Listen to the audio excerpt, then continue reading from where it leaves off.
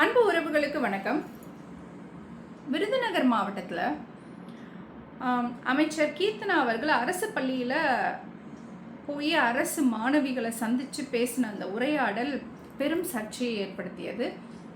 நிறைய தலைவர்கள் தங்களுடைய கண்டனங்களை தெரிவித்திருக்கிறார்கள். நம் தரப்பிலிருந்து என்ன நடந்தது, நம்முடைய பார்வை என்ன என்பதை பற்றி பேசலாம். அமைச்சர் கீர்த்தனா அவர்கள் அரசு பள்ளிக்கு போகிறாங்க.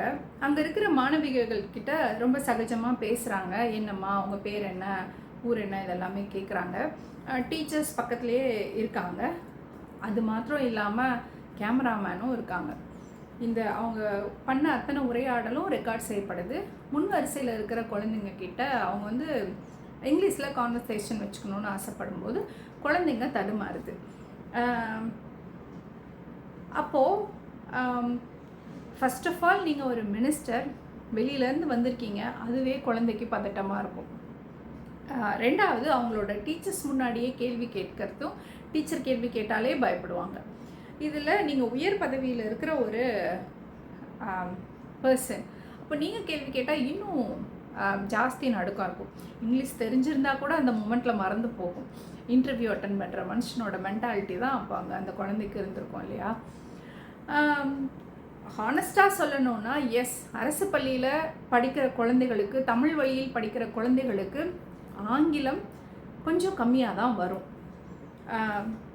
அப்போது நீங்கள் அந்த குழந்தைங்க கிட்ட செக் பண்ணுறீங்க, அவங்களோட இங்கிலீஷ் ஸ்பீக்கிங் ஸ்கில்ஸ் எந்த அளவுக்கு இருக்குன்னு நீங்கள் டெஸ்ட் பண்ண விரும்புகிறீங்க. அதுதான் உங்கள் இன்டென்ஷன்னா. என்னோட பார்வை என்ன அப்படின்னா, அவங்க அதை தவிர்த்துருக்கலாம். கேமராவில் ஷூட் பண்ணுறது, ரெக்கார்ட் பண்ணுறதை தவிர்த்துருக்கலாம். ஸோ தட் அந்த குழந்தையோட இது இவ்வளோ பெரிய பப்ளிக்காக ஸ்ப்ரெட் ஆகாது. அந்த குழந்தைக்கு இப்போ ஒரு தாழ்வு மனப்பான்மை ஏற்பட்டிருக்கும். அது அவமானமாக கூட அந்த குழந்தை கருதி இருக்கலாம். அது என்னோட பார்வை. செகண்ட்லி, இப்போ நாம் இந்த டிஸ்கஷன் நீங்கள் எடுத்தீங்க இல்லையா, இப்போ போய் ஒரு ஆய்வு பண்ணிட்டு வந்தீங்க. வாட் இஸ் நெக்ஸ்ட், என்ன பண்ண போகிறீங்க? இப்போது அந்த குழந்தைங்களுக்கு ஃப்ரம் தி நெக்ஸ்ட் டே நீங்கள் இங்கிலீஷ் ஸ்கில்ஸை இம்ப்ரூவ் பண்ணுறதுக்கு என்ன ஸ்டெப் எடுத்துகிட்டு வந்திருக்கீங்க? ஜஸ்ட் ஆய்வு பண்ணிட்டு மட்டும்தான் வரணும்னா அங்கே ரெக்கார்டிங் எதுக்கு?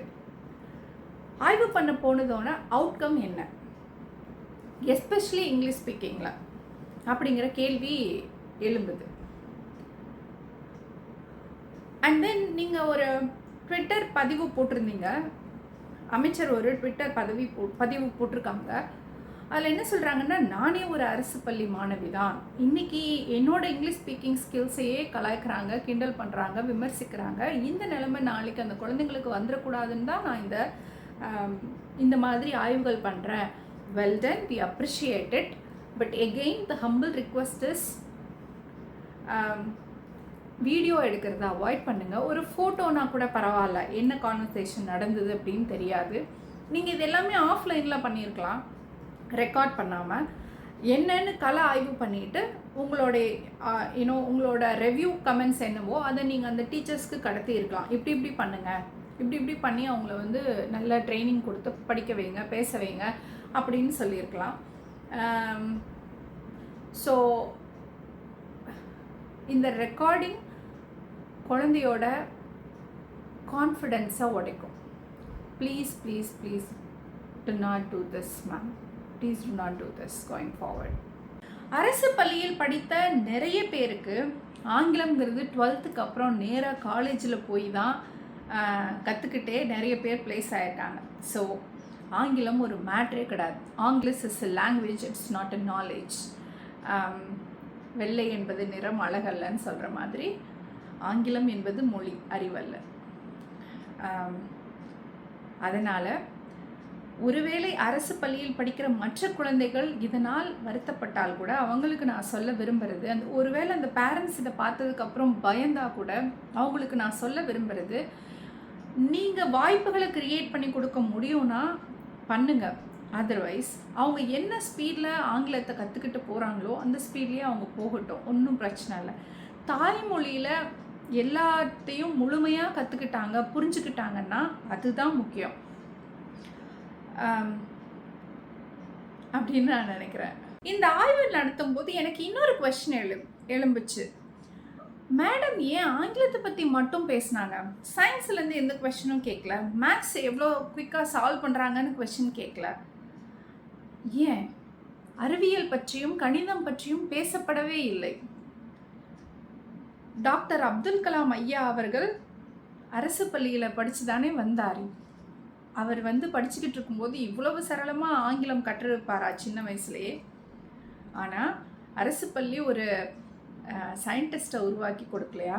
ஒரு தங்கமான குடியரசுத் தலைவரை நமக்கு தரலையா? ஸோ மொழிகளை தாண்டி அறிவியலையும் கணிதத்தையும் தாய்மொழியையும் நல்லா கற்றுக்கணும். Of course language helps. நீங்கள் ஒரு ஸ்டேட் விட்டு இன்னொரு ஸ்டேட்டுக்கு போகிறீங்க, ஒரு நாடு விட்டு இன்னொரு நாட்டில் போய் பணிபுரிய போகிறீங்க அப்படின்னா நீங்கள் அந்த மொழியை கற்றுக்கணும். இங்கிலீஷ் மாத்திரம் இல்லைங்க. நாளைக்கு நீங்கள் நார்த் இந்தியாவில் போய் வேலை பார்க்குறீங்கன்னா ஹிந்தி கற்றுக்கணும். நீங்கள் பெங்களூரில் இல்லை ஒரு ஹைதராபாத்தில் உங்களுக்கு ஜாப் ஆப்பர்ச்சுனிட்டி கிடைக்குதுன்னா கண்டிப்பாக நீங்கள் குறைஞ்சபட்சம் கன்னடமும் குறைஞ்சபட்சம் தெலுங்கும் தெரிஞ்சு வச்சுருந்தா தான் நீங்கள் அங்கே சர்வை பண்ண முடியும்.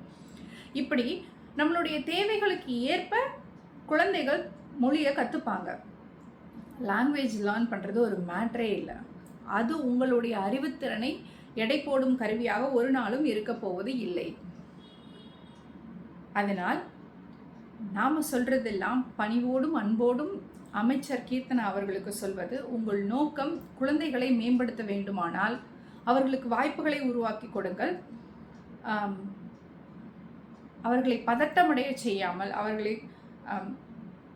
ஒரு தாழ்வு மனப்பான்மையை கிரியேட் பண்ணாமல் மோட்டிவேட் பண்ணுற மாதிரியான ஆக்டிவிட்டீஸ் மூலமாக யூ கேன் டூ இட் அப்படின்னு அவங்கள சொல்ல வைக்கிறது மூலமாக அவங்களோட ஸ்கில்ஸை இம்ப்ரூவ் பண்ண ஹெல்ப் பண்ணுங்கள். மக்களை இதை பற்றி நீங்கள் என்ன நினைக்கிறீங்க? யோசிங்க. Hope this information helps. மற்றும் ஒரு சிறந்த காணொளியோடு உங்களை நான் மீண்டும் சந்திக்கிறேன். நன்றி.